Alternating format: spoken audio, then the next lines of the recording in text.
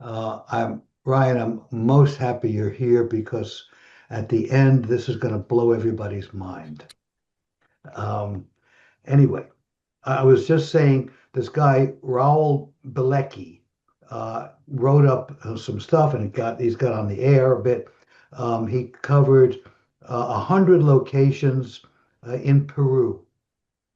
The findings are in a place called the Zanya Valley. And what he reports is 16 earthen mounds.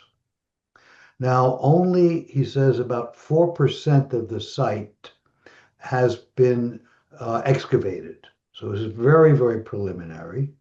But what he reports is that under the earth, there's a layer of very, very ordinary masonry structures. But under those, and I don't know whether this is singular or plural at this point, but pyramids, not built out of blocks of stone, but carved out of the living rock. Um, but he doesn't report the dimensions. Um, and um, he doesn't, there's no indication that there are the same layers under the all of the unexcavated mounds, but the implication is they all look the same, you know, and they're all jumping like rabbits. They probably are rabbits, but we don't know for sure. So, what this needs is expert excavation, documentation, um, and here's the leading question: is that going to happen? What's the likelihood that there's going to be meaningful exploration of these, of these findings, which, if they're valid, it's tremendous upheaval, in history. Okay, and number two, if then the second layer to the question is, what's the likelihood of it getting authentically explored, and then what's the likelihood of those findings really becoming public? Okay, that's the lead in about extraordinary findings that are not getting made public. So recently, in the Giza Plateau, under at least one of the pyramids, you know, using novel technology, using sound waves, or something like sonar from satellites. Um, they've disclosed. We talked about this 2 months ago in the forum. Um, Vast chambers, very precise rectangular boxes of space, way down. Like I think it was about a third of a mile underground, and leading to those chambers were excavated silos, that went all the way down.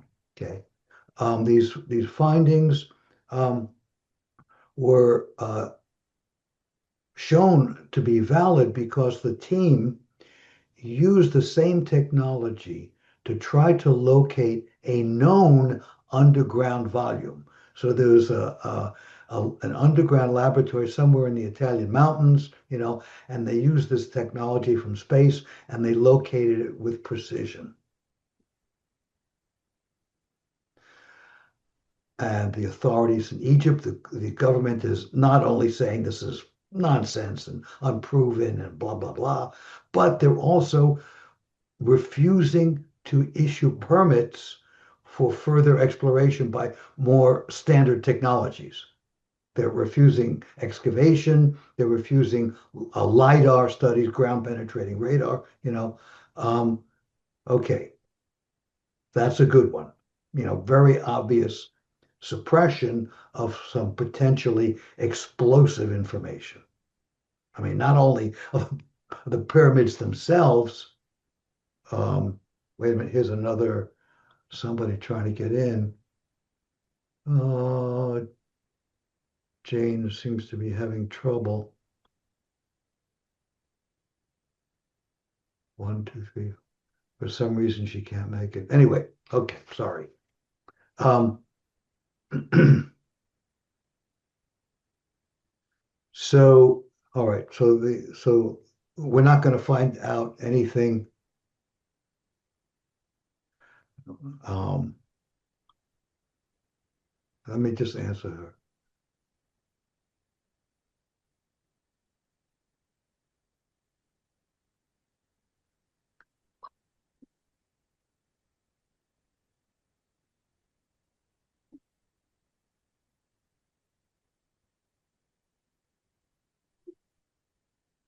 Okay. Sorry for the interruption. We're trying to get Jane, who has a good scientific background, into the discussion.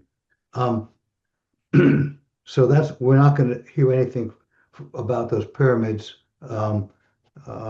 anytime soon. Then there is the well-known site of Göbekli Tepe in Anatolia, and the Turkish government is doing their best to keep that out of broad knowledge. About 90% of the site is unexcavated, and the devious government has paved over a great deal of it, making it inaccessible. The paving is, so tourists can get there. They're hiding a lot of what the tourists would like to see, what we would like to see, but in no time soon are we going to see any of that.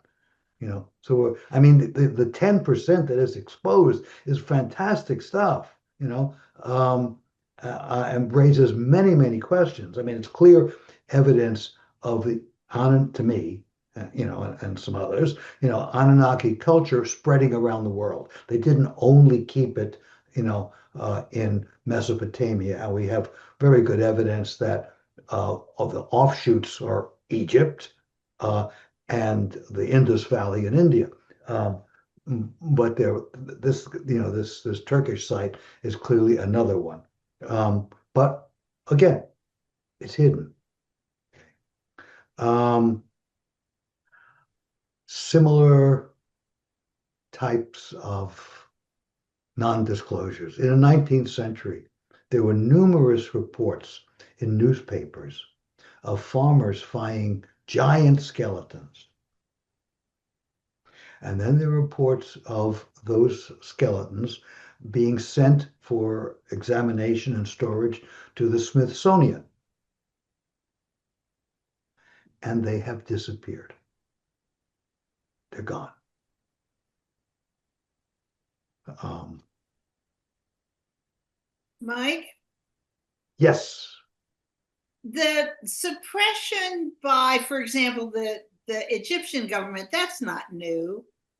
There's also, I read an article recently that went through the whole list of things around the Sphinx and around the pyramids that have shown promise, and then what is his name, Hawass, the Egyptian guy that's in charge of antiquities, Zahi Hawass. He's been known to, he just shuts down any kind of further exploration. And I'm not sure I see that so much as a conspiracy as just an attempt to control. Well, we'll keep that. This is. You and I did some discussion, but I did some digging um, in um, in my imagination, and come up with uh, some things for everybody to consider. Okay. So You see that also, Tucker? Oh, sorry, Mike. The yeah, Tucker Carlson just had someone on. They talked about his name is AJ Gentile. Is that someone you know? no, no, It was but all about this on the Tucker Carlson podcast last week or 2 weeks ago. I just listened to it because my daughter's getting really into ancient Egypt. uh-huh. Well, I'll send you. I'll put it in the group link. oh, Who this oh, person was? He's been on, some Joe Rogans and some different stuff. what He I'm does something called the Y Files. okay, XYZ. So I'd love to see that, but what I'm gonna and again, interrupt me, ask questions, bring up, whatever, slow me down. Um, because from what I can tell, we're not going to be able You to folks have fill. no idea what honey and cinnamon can do for your brain. I'm 82. That's not good. Oh no, I was just finding No, it on oh, YouTube to send okay, it. I'm putting into the group chat okay. if anyone wants to. Reeve, I think we can see you. I'm Hi. here. Happy to be Okay, here. good. Happy to hear Um, what you're saying. so I'm going to be emphasizing less the discoveries and more the suppression, the hiding, what's going on there. So on that score, there were metal objects found in very, very old clay, chalk deposits. There was some found in coal. Now, for a manufactured metallic object to be in coal, it's like before the plants were buried and turned into coal. That's a long time ago. And those objects some of them were submitted to the University of Caen in France, and they've disappeared. Oh. What do you know? Surprise, surprise. Um, then Linda and I were talking about this, I guess yesterday, in Peru, back to Peru with those pyramids, and also the Nazca lines, which you can't talk about today. Um, there was strong evidence that those elongated skulls were not human. One of the things was that the volume inside was enormous. I mean, 50 to 80% or more, over the normal human head, some of them. Some were merely 25% bigger, but they didn't have sutures.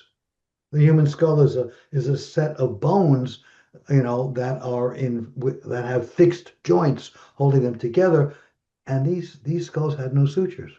Okay, there was, and Linda knows the guy, or knew the guy, who was leading the research. Okay, and he was an enthusiast for these, not being of human origin. And some of that was from his DNA studies, right, Linda? Initially? Well, did somebody actually know at Stanford? I'm a little surprised because it turns out that this guy Gary Nolan shows up in a lot of different areas of where something weird happens and the government needs an expert. I've been looking him up more and more, and he's got CIA connections or something like that. There's more going on there than it meets the eye, apparently. But he was the original one that did the DNA analysis of this. I think it was a really tiny alien. This is out in the Atacama Desert where it's so dry that things for thousands can last for thousands of years. And there was this little tiny, probably fetal being with a long skull that he tested the DNA for, and then published a paper that sort of disavowed the whole alien thing, much to the shock of everybody he was working with. That's the Right. So it's not clear what combination he is of explorer and suppressor. It's not clear Yeah. what his role was, but I looked ultimately like suppressor.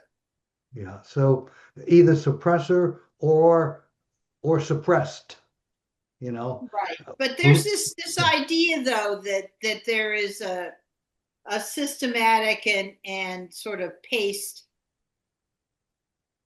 Yeah. revelations that are happening is what I'm seeing. So Here's another example. This, I think this is not the last one, but that I can comment on. But this was talked up on Linda Moulton Howe's Earth Files channel. Okay, and she was contacted by it and did an interview with a guy who was in his 60s at the time. This was about 8 years ago, who was a warrant officer in the Navy flying C-130s in the mid to late 1980s. And at one point, because of a rescue mission, they had to go through a no-fly zone. Why is there a no-fly zone in Antarctica? And what they spotted was a huge opening in the ice, about 100 yards long. Okay. And it was apparently was an opening to something deep in the ice. Sometimes later, they were flying out a group of scientists. Um, they were I wouldn't say evacuating them, but they would taking them home. After they had apparently disappeared for a couple of weeks, and they were unable to speak about what they had been doing. And they looked to the crew um, uh, in the arena. Just dropped out. Who did? Anyway, okay, Irina. Oh, there she is again. Okay. So I thought we lost you for a while. For a second. Okay. Um, so uh, they were shaken. They looked scared and shaken by whatever they had been doing or seen deep under the ice. And of course there are other stories. But the main thing about is whatever went on, they never talked. And the flight crew was told never to say anything. They had not gone through the no-fly zone. They had not seen a hole in the ice. And this guy would not even give Linda Howe his last name. He would only, that's how scared he was. And this was like, um, 20 years later. Okay. Okay. And then, of course, uh, there's clearly, some suppression going on about Three Eye Atlas. You know, you know, I mean, that is some object there, and what in the world is it, and how come we don't know more than we know, or more than we're told? All right.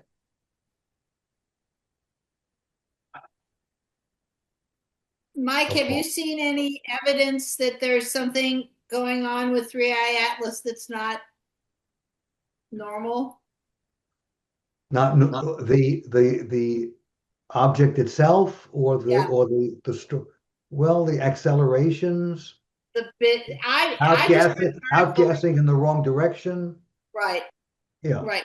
Not only is it, I mean, it's not only outgassing in the wrong direction, it's 180-degree wrong direction. It doesn't have a cometary tail at all running away from the sun. It doesn't look anything like a comet. And it's not, and it's doing things. It's adjusting what it's doing. It's heading for Jupiter. Yeah. I read an article today that made me think it's very clear that it's under control. It's artificial. Yeah. And yeah, and you would think that they would be getting shouted from the rooftops, and you have to dig in order to get what you just told us. I can only find it on alternative, independent kind of media. There's nothing. I mean, I subscribe to a bunch of different mainstream things, including British stuff, and it's nowhere. They don't even talk about it. But an article today seemed to indicate that everything that's coming together is indicating that it's turning engines on and off. Right. And it's like, and if some and if and my guess is that if something really extraordinary comes to pass around Jupiter, we won't know about it, but we'll see. Let's see. All right, the question is, we have this active suppression going on. Some of it clearly by governments, some by academics, and of course, some by religious authorities. Okay, so what is going on? Um, for the academics, clearly it's a matter of self-interest, career. You know, you just talk about any of this stuff, and you are persona non grata. Well, he did some really pathfinding work, and he was authoritative. And then he went nuts. That's what they tell you. You in the scientific world, you become an unperson, right? Well, then there's Avi Loeb. Yeah. Well, yeah. But of course, they're saying terrible things about him. You know. But there I'm are a few who are, able to sustain the assault. Um, and he's one, that's a good sign that he's still standing, and he hasn't lost his tenured position yet. Um, but okay, but, as deeper than career issues, and reputation, there's also the question of belief systems. I mean, they invested a great deal of their mm, soul, in the standard explanations, and those get thrown up in the air. That is a very, very unpleasant experience for someone who's intellectual. Okay. But and those are clearly real factors for the academics and the scholars, but is that enough to explain gonna, how? I'm gonna, as a retired academic and a scholar, I'm gonna argue Yeah, that I, I, a truly intellectual intellect is excited to discover something new, even if it meant all the old ideas were wrong. I don't buy that. I think what happens in science, it's not so much that it turns out I'm wrong. It's that in order for me to survive as an academic, I have to fit within a certain point in a framework of science. In other words, I have to get grants, and I have to publish papers. And grants and papers require peer review, and peer review requires that you stay within the framework of understanding that's current. It's not that scientists themselves don't want to discover something new. It's that the body of science depends on building on what's already there. And so that's why something that fits completely outside the range, it's not individual scientists, it's the whole system of science that has to change its mind. So I hear people say scientists don't like to discover something new, and I argue that that's not true. And I'll shut up now. you're hoping that there are more like you than not.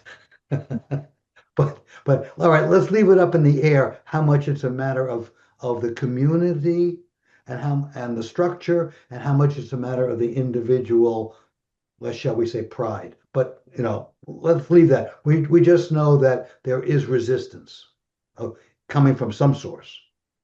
Okay.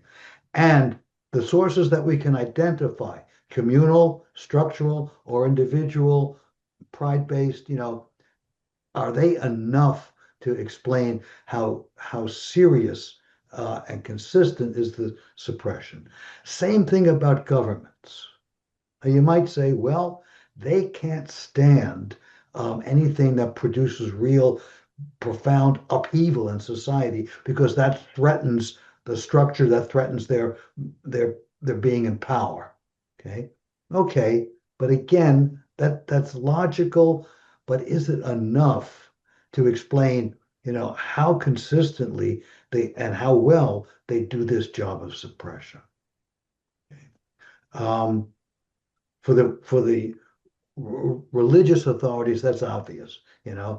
Um, if if half these things are true, they're out of business. or at least they have to change their brand, radically, so their opposition is, you know, you might say more understandable.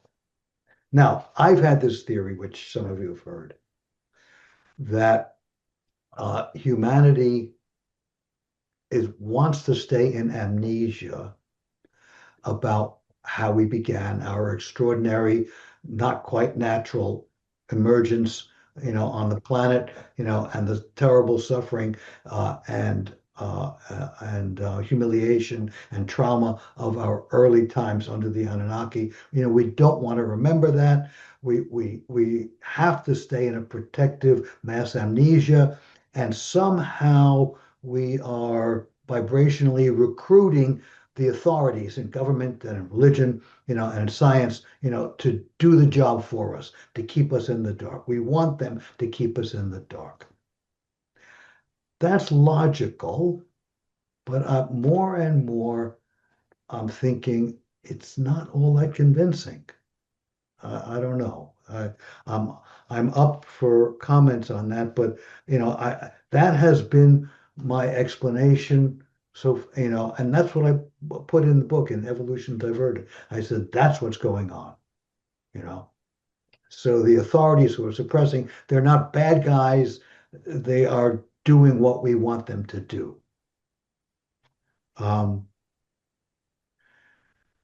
but if that's not really what's happening, or if that's not the main driver, then what could be going on? Okay.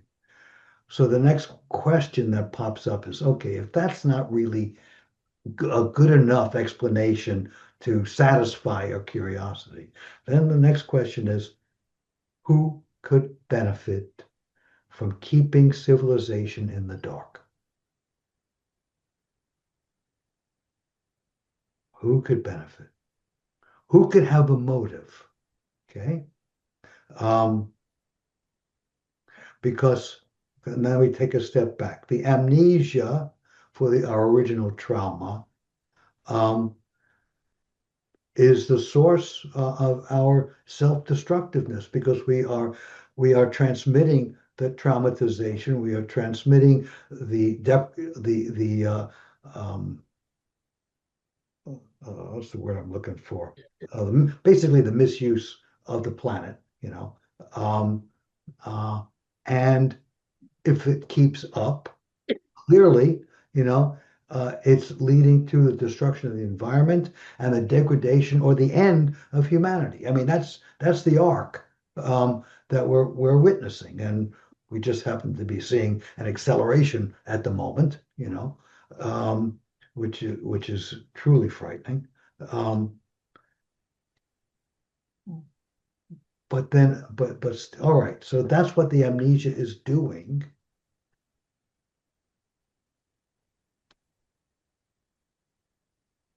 And it could be that there are human agents that are active, in preserving the amnesia, but they can't be so maybe they're active in the destructiveness, but they can't be the source. They can't be. It can't be for them. I mean, and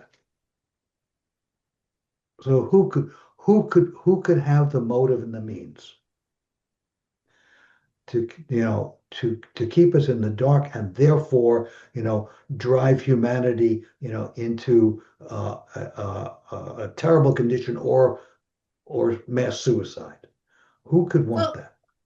just to throw out a question about that, how often does it happen that people have traumatic experiences as children that they don't remember as adults? Lot.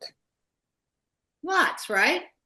So is Yes. it not possible that what we're dealing with is a mechanism that has been put in place that we all resort to all the time? I can speak as somebody who doesn't remember things that I was told happened to me. Why not? It just happens because we don't remember that kind of trauma. We don't remember. It's part of, I mean, I don't know why we don't remember it, but we don't. Well, yes, we don't. Um, and one way, of course, that we begin to come out of it, you just muted yourself, Linda, but that's okay. One reason we come out of it is that we don't have people like those who told you what happened. Okay. We have the opposite going on. We have the facts of what happened, but they're being hidden. So therefore, we stay in traumatic amnesia, which is a protective mechanism. Okay. And we see what happens when a trauma survivor is brought out of amnesia too rapidly. Okay. Um, they're re-traumatized by the experience, and it can have disastrous consequences. Um, so again, there's something to be said for my theory that, we really don't want to discover this, you know. Um, but could it be to somebody's advantage that this is perpetuated? Now, I got two explanations. The first one to consider is even more difficult than the second. So we'll start with the more difficult one. Okay. Um, some years ago, it's about 10, 20, maybe 25 years ago, books were coming out. There haven't been any recently, so it's possible that the phenomenon is no longer very active. But the books were about people who were abducted by aliens. In my practice, I treated two. And one of them, by the way, after unfolded what had happened, and because I was familiar with the literature at that point, you know, and I put together for him what had actually happened because it perfectly fit the stories in several of these books by these researchers. They had basically been their work had been interviewing, sometimes with hypnosis, interviewing people who had had extraordinary experiences. Okay. And when I, showed him how well, his experiences, his anxieties, his phobias, all that, fit the pattern, he told me that he really would have preferred if I had told him that these things that he remembered that he saw in his head, he would have really have preferred if I told him that he'd been psychotic and these were hallucinations, and not that they had really happened, Um, and uh, I never saw him again. It was just too much, you know. Uh, he couldn't maintain, he couldn't suppress the memories if he was seeing me, And I don't know how he did it afterwards. Um, Maybe he followed family tradition and got alcoholic. I don't know, but uh, I'm convinced that the phenomenon was real. Now, Mike, but isn't Nibiru too far from us? And but like Nibiru, isn't it too far from us? And then like who are these aliens then who are abducting people? no, actually, these the technologies that were described for these intruders indicate that they're from far away. They have technologies that have nothing to do with ours. They're from elsewhere in the galaxy, and Mhm. they travel in ways that we can't understand. Their ships do things that violate the known laws of physics. Mhm. You know, So those these are not Anunnakis. yeah, these are not Anunnaki. Okay. These are I mean, their ships do incredible things like doing right angle turns at 2,000 miles an hour. Um, so um, one of the researchers, and Reeve, you you met him. I heard him talk once. David Jacobs. Yeah, I Um, knew him. Yes.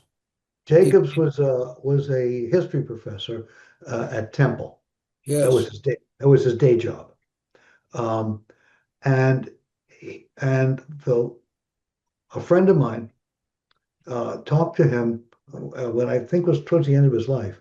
Because I don't know how things wound up with him, but she said he had gotten profoundly depressed because his conclusion was that the way that the abductees were taken and there were tissue samples from their bodies, particularly from the reproductive organs, and what they had witnessed in orbit, which was beings that were clearly hybrids. They were humans, but that had been altered by the genetics of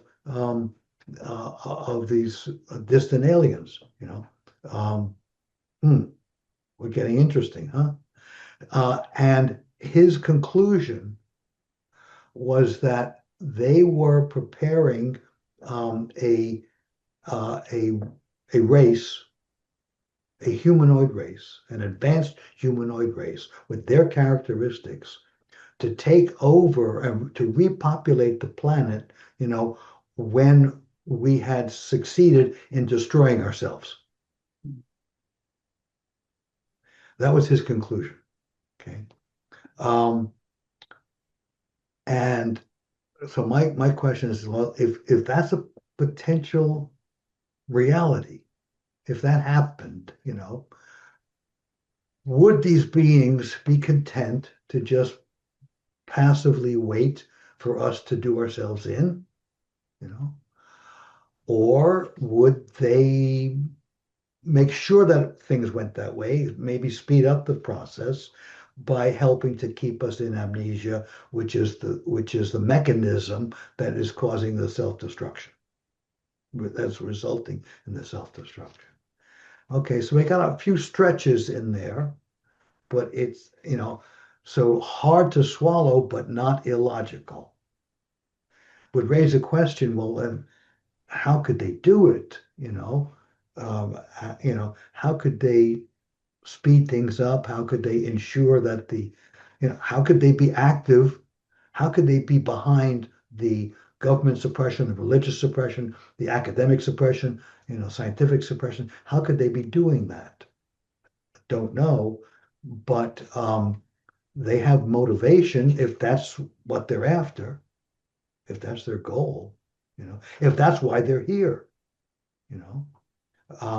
Because this planet there are countless planets, but there aren't many, that have the chemistry and are in the Goldilocks zone. There aren't that many in the universe, but this is an attractive spot. And if there are beings that are looking to colonize the galaxy, well, this is a luscious place, you know, and now it's being filled up by us, and wouldn't it be nice for us to disappear as far as they're concerned?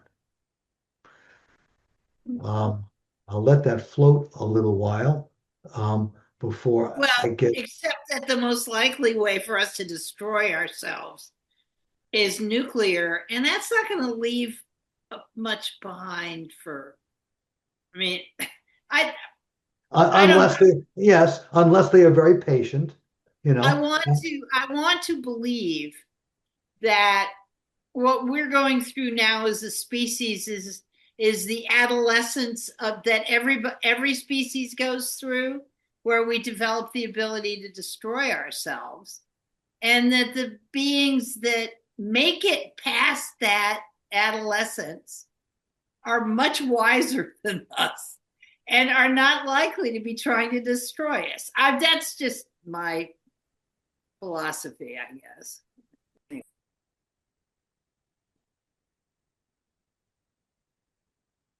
Yeah, in many of these situations, we are in a glass half empty, glass half full, position. We can give it a positive. We can find a positive rationale, and we can find one that we would rather not see happen. Okay, and the fact that we dislike it doesn't mean that it's not true.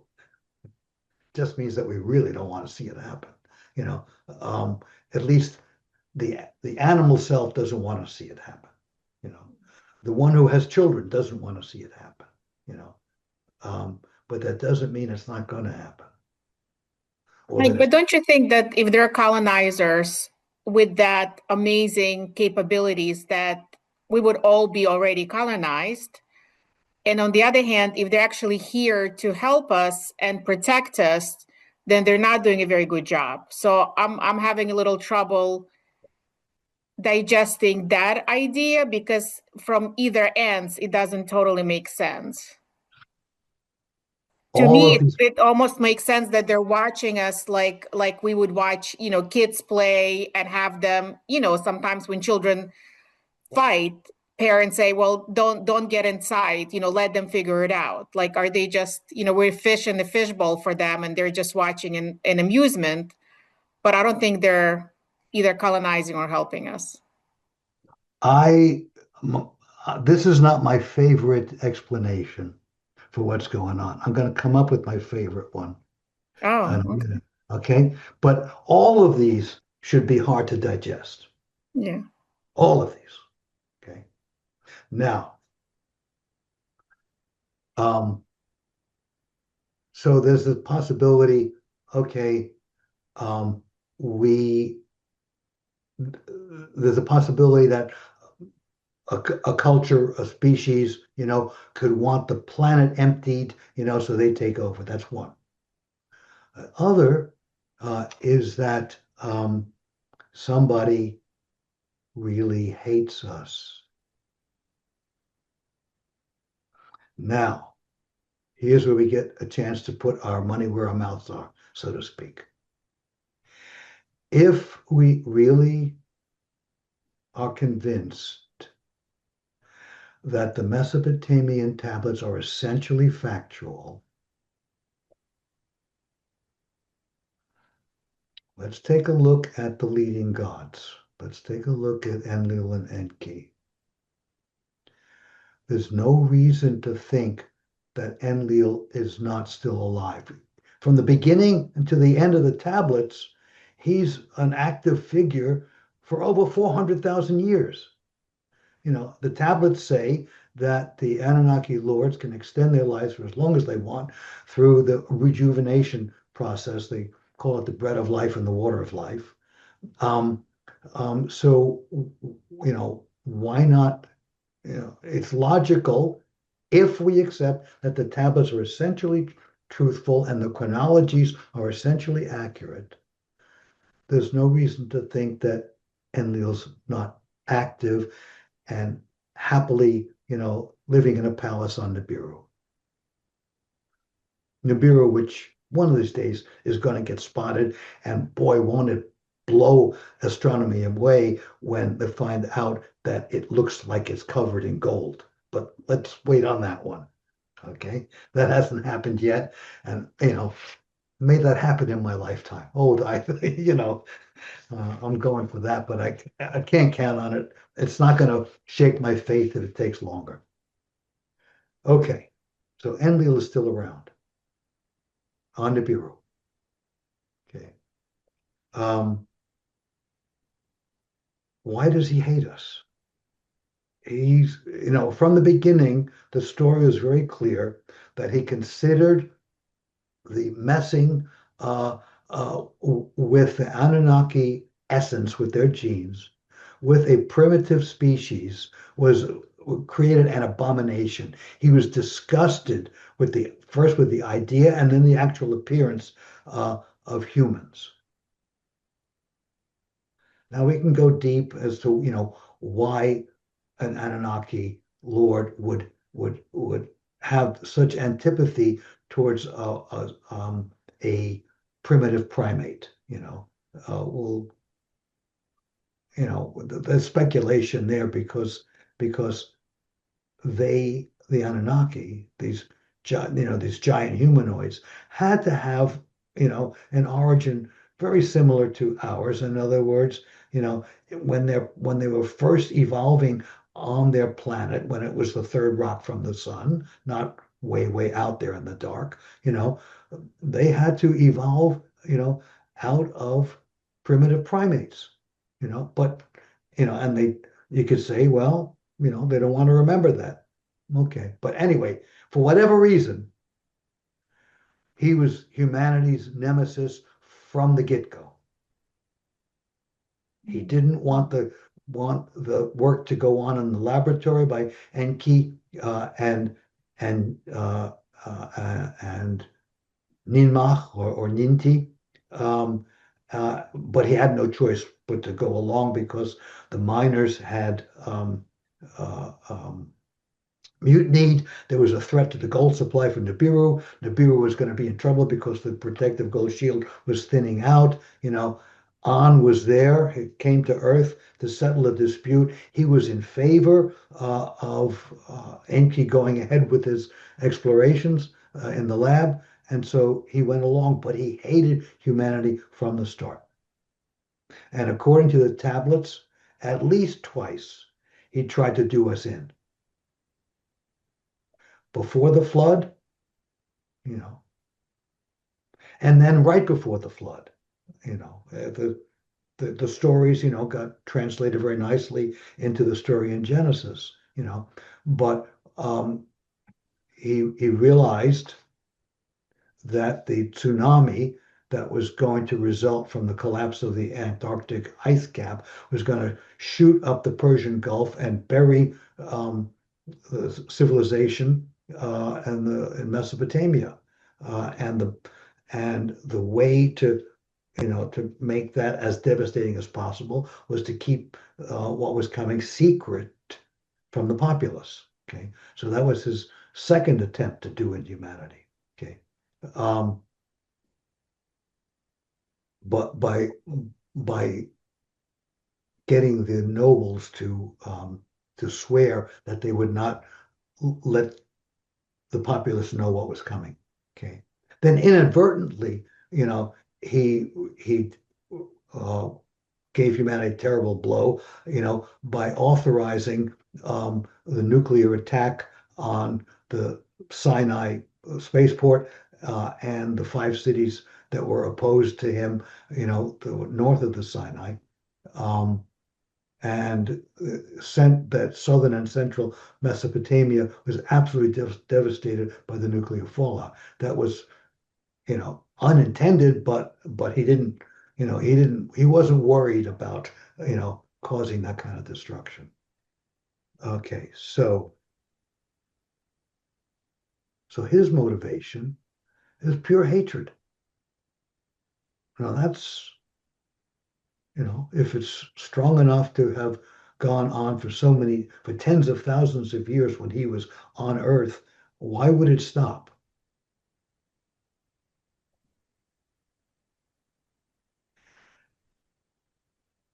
So how, but how could he be active now? He's on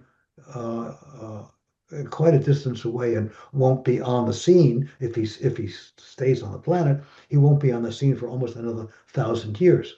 The 3044 is the next appearance of Nibiru in the inner solar system. So what could he be doing? He could have minions on Earth who are the ones who are quietly, secretly pulling the strings that are making all of this repression go on at the level of government and science and religion. Now that is like, okay, Enki's minions. You mean like there's a germ of truth behind the stories about the Illuminati? You know. Now, what is really scary to me is that this scenario of hateful Enlil having minions on Earth that are active in pursuing his goal, the destruction of humanity. Okay.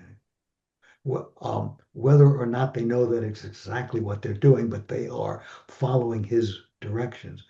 That is so close to the fiction that Ryan and I have come up with for the movie that it scares me.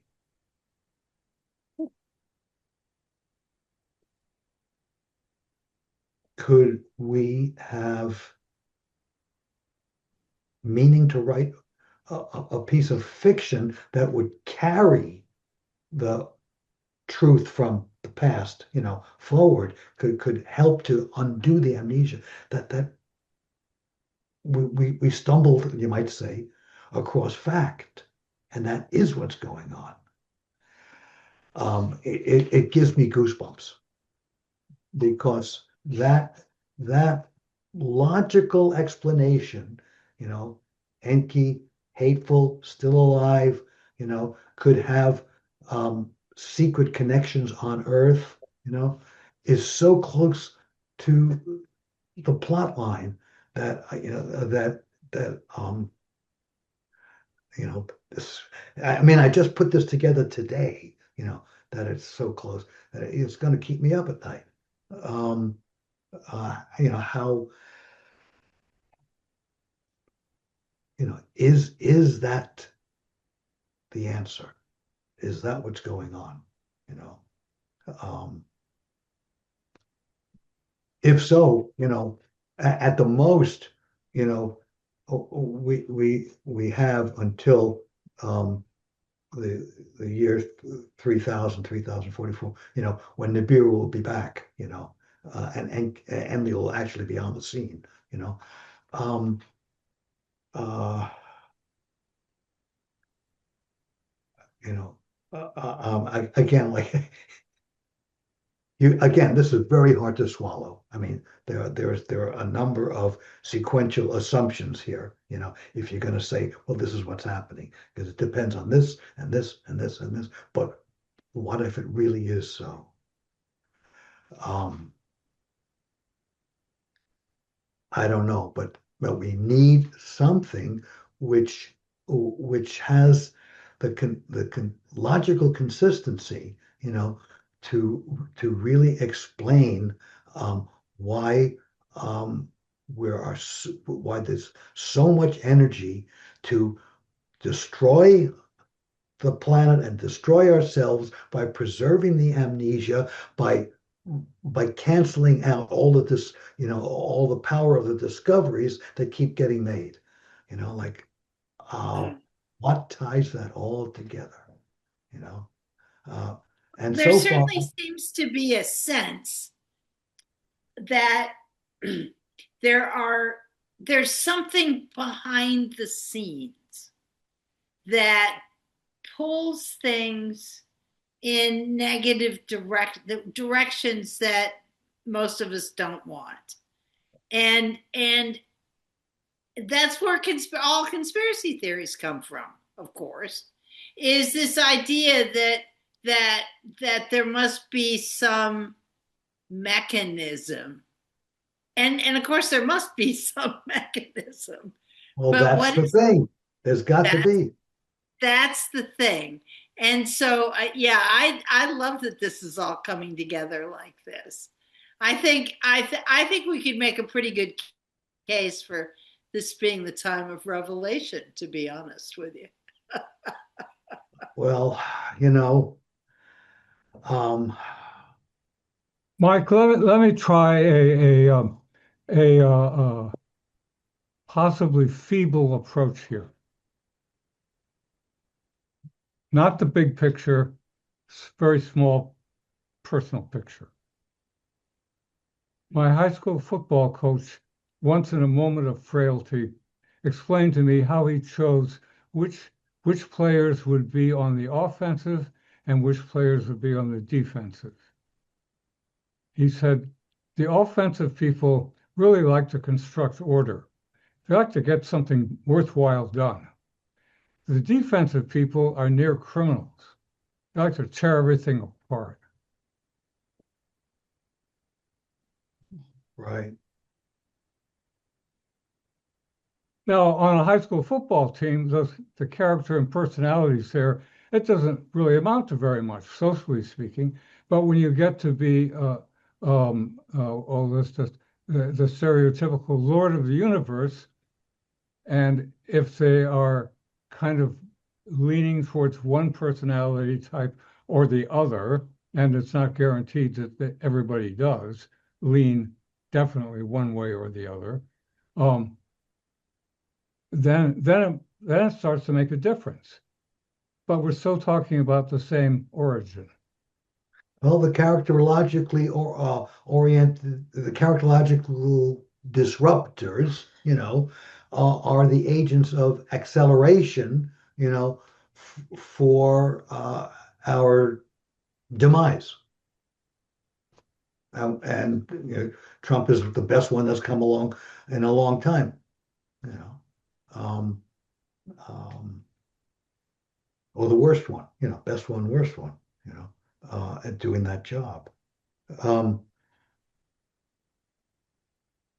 so that's a significant detail of the big picture. You know, um,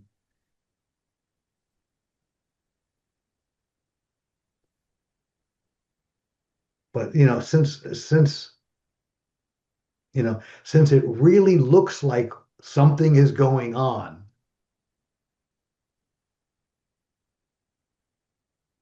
it makes it a higher, increases the likelihood that something really is going on because it looks that way.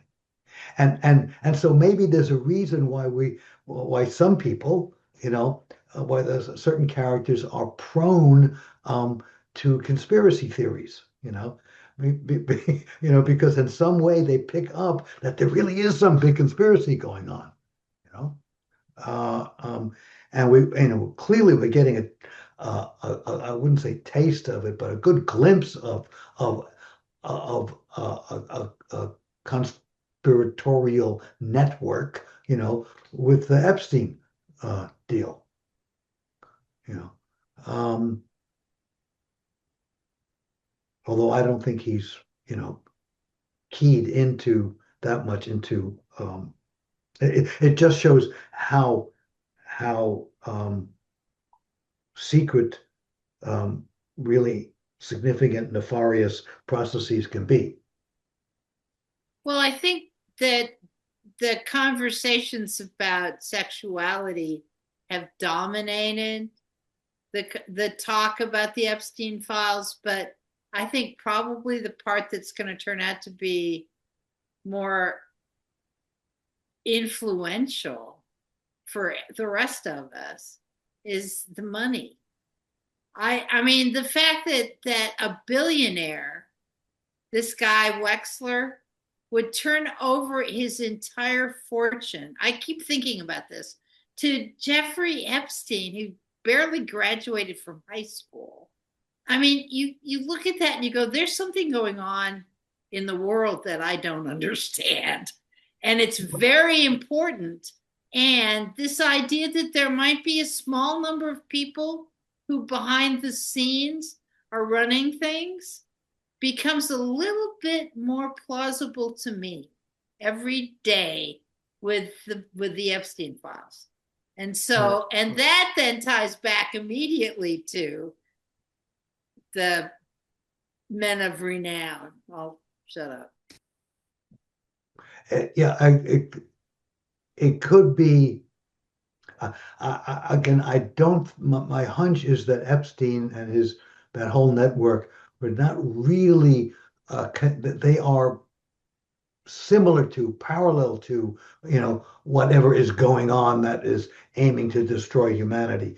They're using similar mechanisms. I personally think, again, this is a hunch, but that he got this power over these financial people, like the one you just mentioned, because he had something on them, because he had their sexual secrets, he had videos, and so to prevent being outed, they went along with his schemes. They, gave him funding, So they made him a multi-billionaire, in order to, to keep for him to keep his mouth shut, And there's lots of hints, between the lines of the countless emails that was what was going on, and he was basically promising to keep quiet, so they were scratching each other's backs.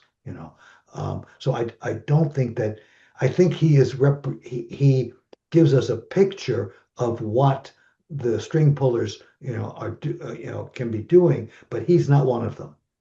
I'll just They're not. make the point That's that my guess. another name that shows up thousands of times in the files is Rothschild.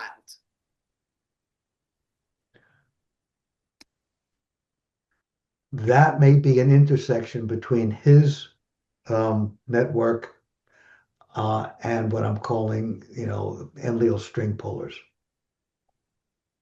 That may be the Rothschilds might be an intersection, possibly,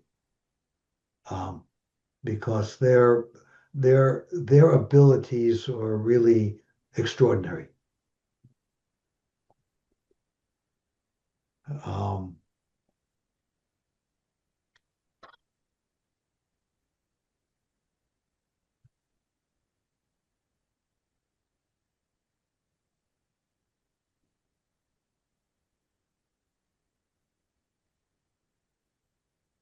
That was the piece of information that caused Yeah. me to put that together with the men of renown.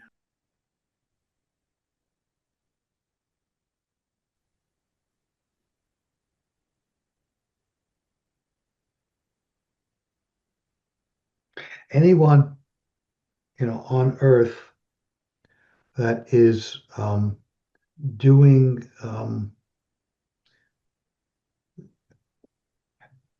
doing Enlil's dirty work. They wouldn't have to be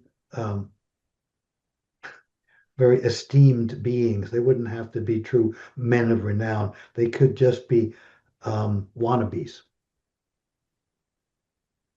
They could be, just aspiring lords. In a sense, people have observed that about Trump. He is not really going to be a dictator. He doesn't have the wherewithal. It's all drama. It's all make believe. He's a wannabe tyrant, not a real potential tyrant. And it could be the same thing with these speculating, henchmen of Enlil. I mean, like, wait a minute, am I really thinking that Enlil from the tablets, enemy of mankind, repeatedly attempting to destroy mankind, is really behind all this now? Am I really, am I really thinking that? Um, but logic keeps taking me there, you know. There's a I think it's a dictum of Sherlock Holmes. If you've eliminated all of the probable explanations, the only one that's left is the improbable explanation. Well, so in that if that were the case, is it possible that humans are suspected, hateful though they are, an abomination though they are, humans are suspected of becoming supreme troublemakers for the Lord of Nibiru?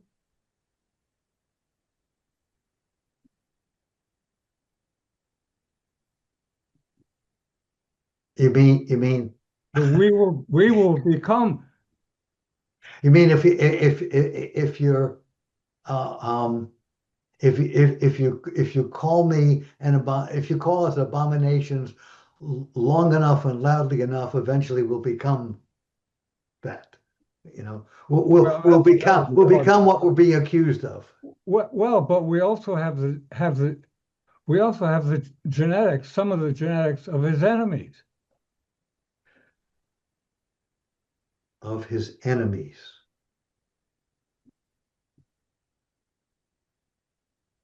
Of his Anunnaki enemies, Well, of his kind. of his kind. Of his kind. And he knows that. And we didn't stay just like dogs or pets, companion animals. Well, We we would became a have, little more uppity. we would, well, if you go back to the history that's given in the tablets, we probably would have been faithful dogs, willing soldiers in the armies of the Anunnaki lords, worshippers. We would have been thrilled to serve them and doubly thrilled to die for them, had we not, gotten, shall we say, had we not gotten more like them with the next level of natural hybridization, when the Anunnaki commoner males took human wives, and the offspring were then an elite breed of human, taller, lighter skinned, more intelligent than the mass that would have been that was still happy, to be like dogs, to be pets, to be they were actually, look at the carvings, the originals were naked. I mean, you don't put clothing on your dog. Why put it on your human? You know, um, uh, even a priest serving one of the gods is depicted, without clothing. You know, um, this was both, anyway. Um, uh, Just to throw this in because it just came to me, this similarity, and I don't know that it means anything. This may just be a weird synchronicity, but there's been, there's been research that looked at interbreeding between Neanderthal and Homo sapiens. And it looks like that was a kind of one-way interbreeding. Male Neanderthal, female human. But there's clear genetic evidence that that happened. oh yeah, we even have a good date for it. When And that we when even have a good date for it. And yeah, does this, what's the date compared to the Anunnaki story? I'll tell you. Hang on, Okay. throw some of the chronology at you from the tablets. Um, the authorization for the crafting of Homo sapiens, um, that's 310,000 BCE. Now there's a long, long time. The tablets make it sound like they got to work in the lab and all of a sudden they were humans. Well, it took a long, long time. Okay. Um, the earliest findings of Homo sapiens sapiens 150,000 BCE. So you know, there's a big gap in there. The humans and the Anunnaki, okay, humans and the Anunnaki interbreed, creating the men of renown. That's at 100,000 BCE. Right. The Well, Homo sapiens sapiens, and Homo sapiens neanderthaliensis, okay, they interbreed at 52,000 BCE. See, the other versions of Homo sapiens, the several, species that are sprinkled around the world. Um, uh, um, this is a bit of speculation, but they talked in the tablet. They talk in the tablets about mistakes, about trial and error. So the various species around the hobbits in the Southwest Pacific, the there's several others, so some combination of um, work in progress, um, individuals or groups that just left Africa. They drifted away. They decided to let them go rather than kill them. As they continued to work, as they continued to develop the line, um, uh, as Well, I'm I, curious to know. I don't know if the timing is the same, but the I how you know that that interbreeding was done with the male of one subspecies into the female of the other is that the inheritance goes always along the cytoplasm. The inheritance is mitochondrial, and the idea that that happened, that there was interbreeding with another similar species, but that the females all kept the same. I have a feeling that that's the same story, is what I'm saying. I would not be surprised if that story that it was Neanderthal, but Neanderthal was also modified by the Anunnaki, and they yeah, modified us with their genome. So I'm just saying that idea of the males of one species, well, there doesn't make any sense that you've got male and female of one species, male and female of another, and the breeding only goes in one direction. That does, I mean, why would that ever be? If they could interbreed, well, I can think of reasons why it could be. Never mind. well, the tablets are clear, and you could see that the privileged and superior um, Anunnaki commoners, would, you might say, have their way with the unempowered, smaller, weaker human females. You know.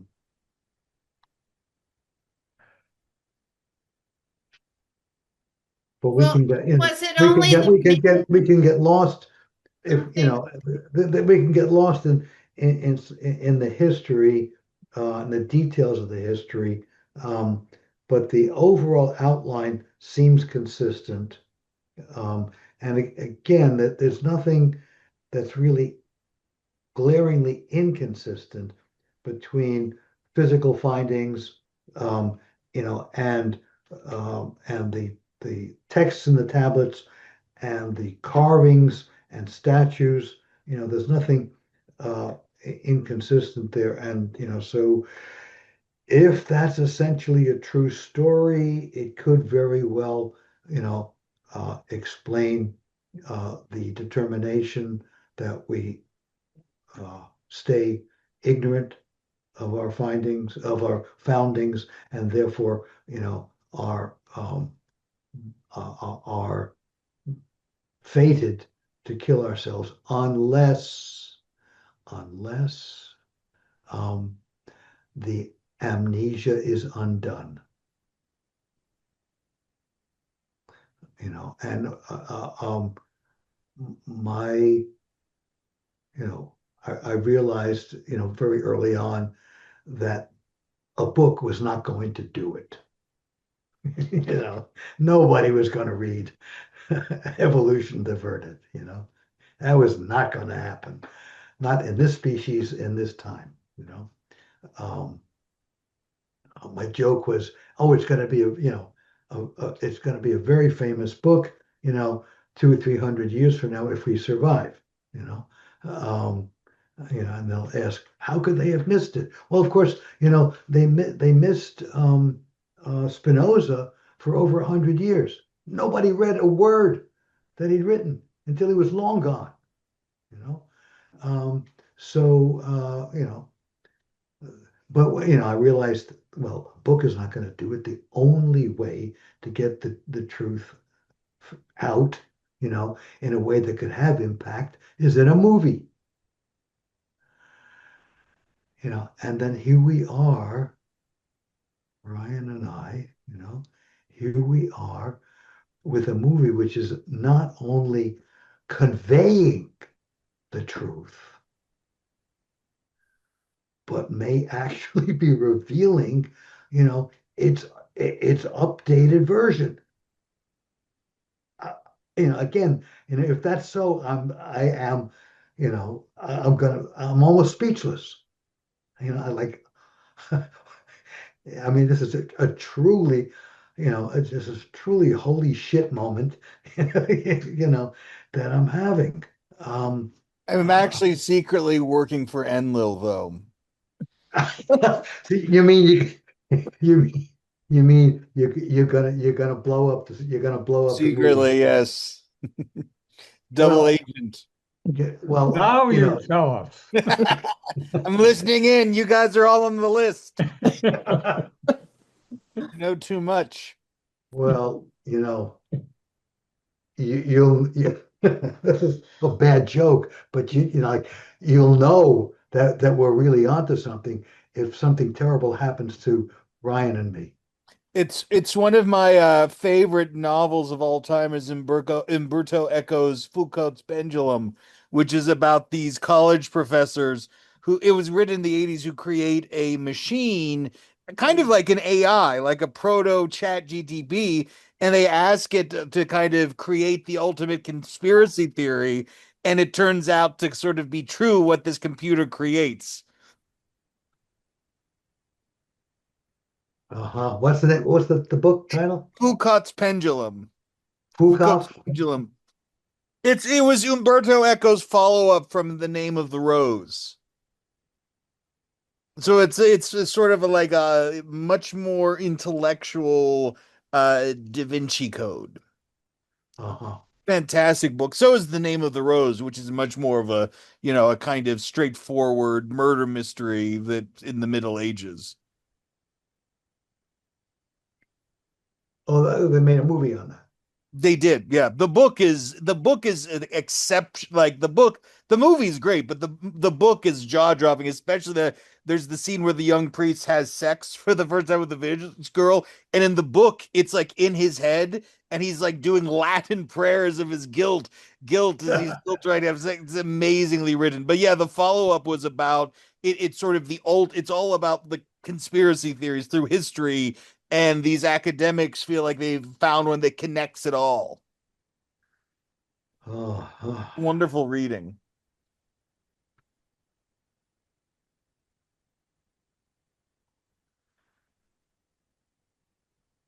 Well, um,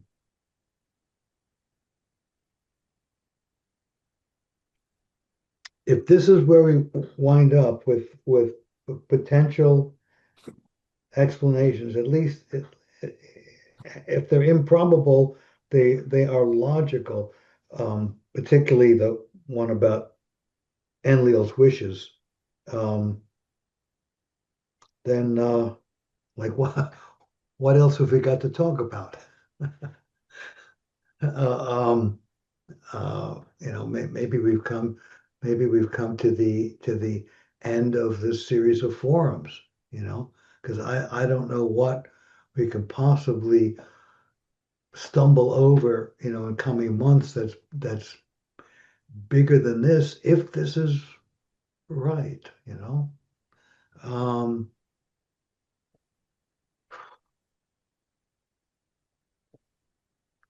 um, I'm not gonna. I mean, the situation is not hopeless. I mean, I can't give away um, the plot lines, but but what we are presenting, um, is that it's not hopeless at all. Um, so the story is terrifying, but it can have a happy ending, you know. Um,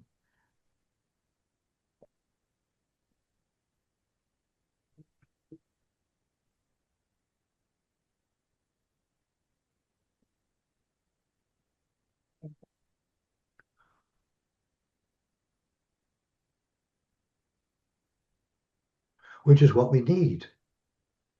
Um, I mean, there's a reason why Hollywood invented the Hollywood ending.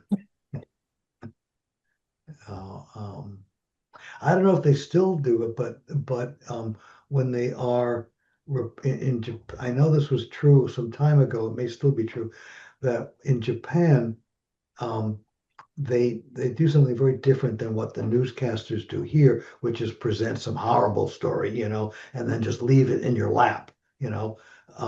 In Japan, they would wrap up taking a positive twist, on the awful thing that they were reporting, whether it was a learning experience or opening up an opportunity, but they would not leave the viewership, in the in gloom. And of course, they did that not only for the audience, but for themselves, um, so that they would not, go home still marinating in the trauma, you know, um, which our news people don't know enough about, and that's why they're in such terrible shape, you know, because they are living in this stuff, you know, um, like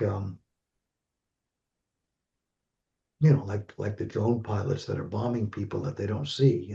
They are living in it. They go home with it. Um, wouldn't want to be in their seats. Um, so um, we're not going to do that with the movie. It's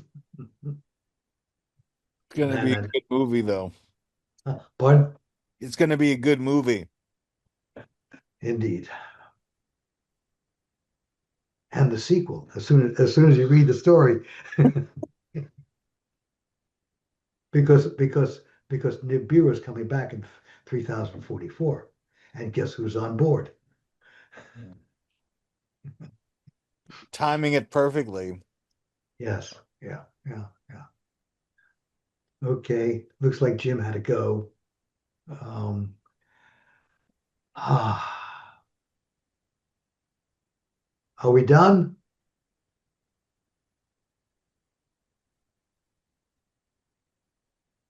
I guess so. What do we do in the meanwhile, Mike? Drink, And eat eat and drink. and Mostly enjoy. drink. Not you, Paul, or you, or you, Reeve. Reeve, you got to take care of yourself. No drinking for you. But Yeah. uh, um, in the meantime, Yeah. find whatever means we can find to keep faith alive, to keep hope alive.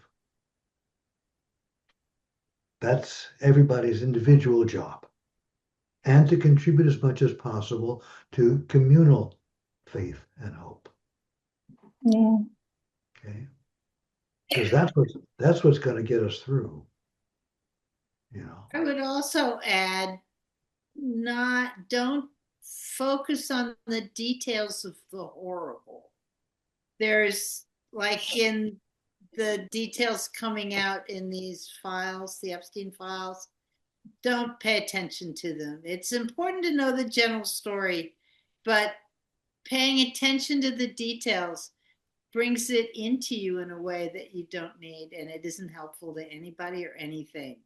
So Yes, just it, throw it, it strengthens brain circuitry that we do not need strengthened. We do not Agreed. need, it's there, but we don't need to enhance it. Yeah. Um, And because it's damaging. It hurts us. it It hurt. hurts. And of course, that's what happened. That is what happens as one of the aspects of chronic traumatization, that those circuits are enhanced. Um, What? Sorry, my miss that. What circuits? of fear, shame, negativity, humiliation, destroy, um, leads, at the extreme end leads to suicide. To I can't take this anymore. It is not worth, if this is what living is about, it's not worth it. Um, so you're right, Linda. Absolutely. Um,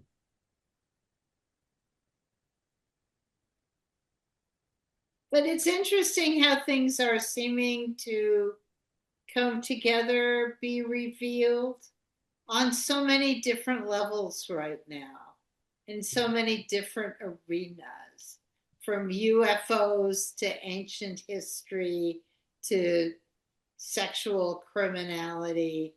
It's all sort of coming out into the open now, isn't it? yes. Yeah. Yeah. Well, where's God in all of that? What is your opinion?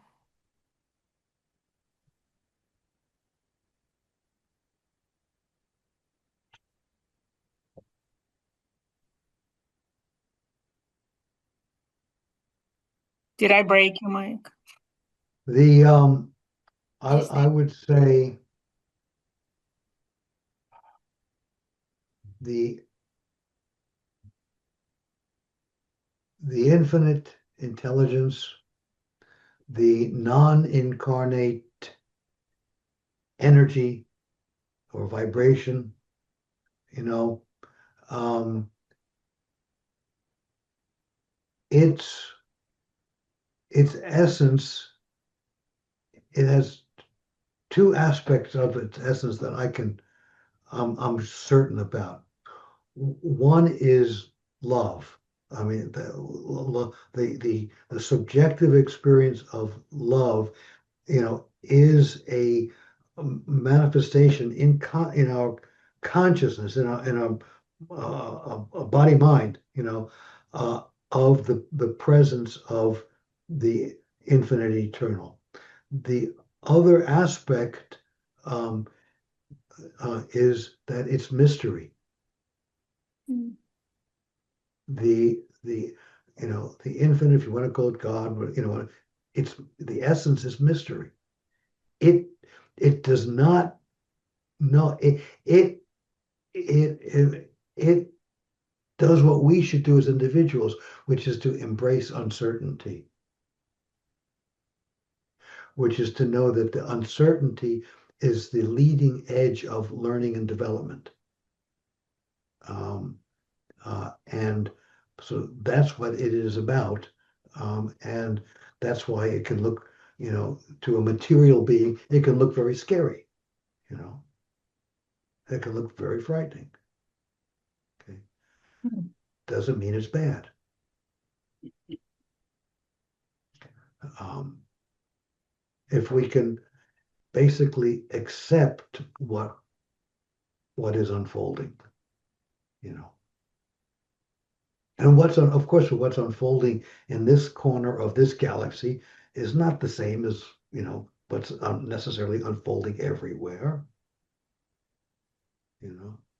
I mean, one of the things, it sounds too neat to say and too easy to say, and kind of hard to really, really feel. But, one of the things that I've told myself to comfort myself is that if we do commit species suicide and incinerate the earth, well, the universe is teeming with life, you know. Spirit, God, consciousness is going to, continue to manifest and to unfold everywhere. Okay, this particular experiment on this third rock from the sun didn't work out, to the liking of the inhabitants. Okay, you know, too bad for us. Not bad for the universe. You know, I mean that's weak kind of comfort, but it's over time. That was the best I could do for myself. You know, um, um, you know, more recently, it's been some version of, well, it'd be interesting to see where and in what form this soul, that's animating this life form, where it's going to wind up, you know, on when and on what planet, where, um, to be determined. Um,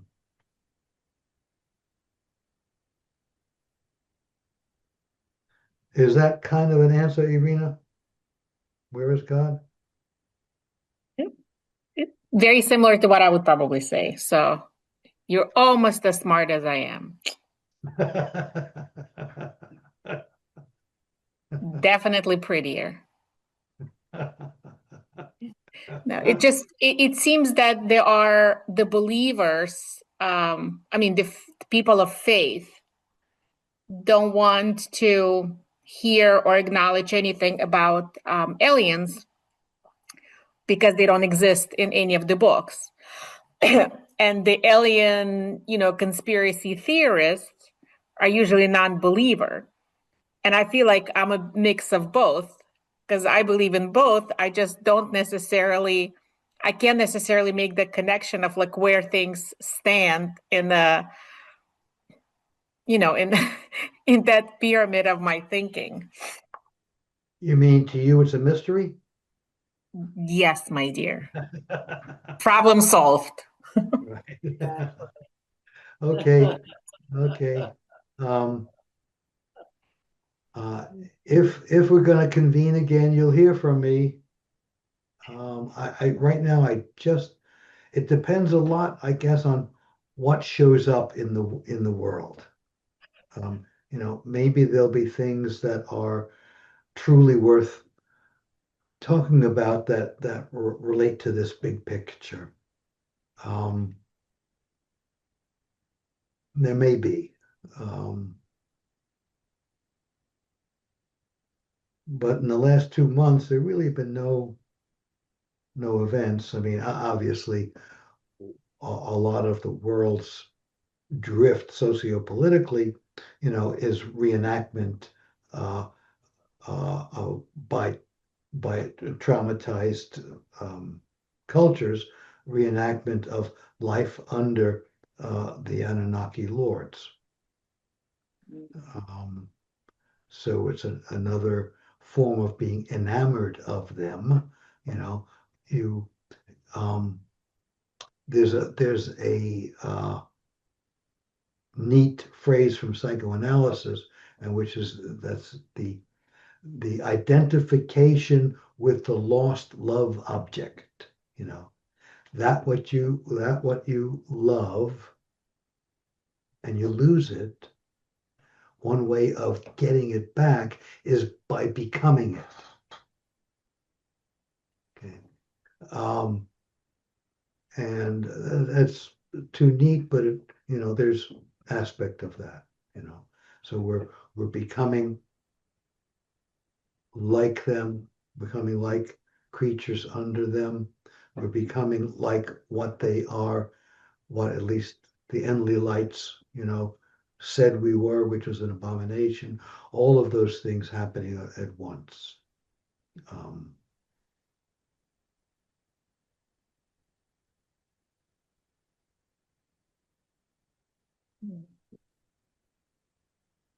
so eat, sing, dance, um, basically, enjoy it. Enjoy it while it lasts.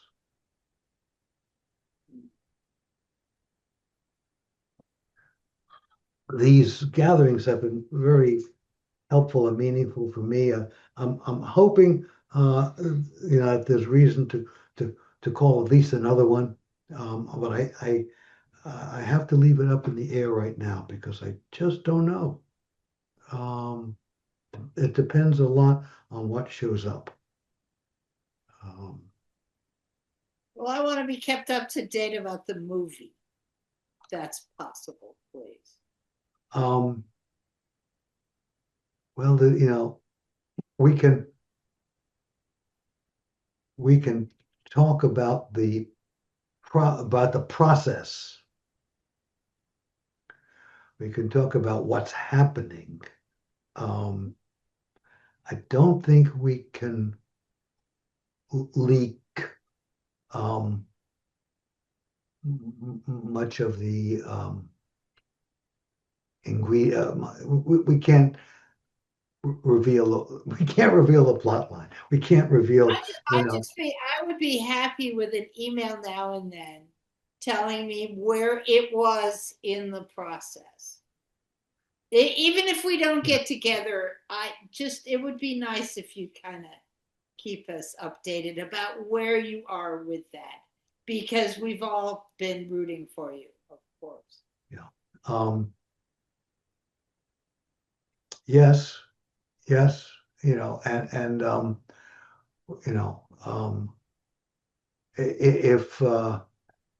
you know, if if there, when it comes to release time, and there are, if you can pull it off, uh, um, Linda, you get to hold the microphone for the premiere in Atlanta.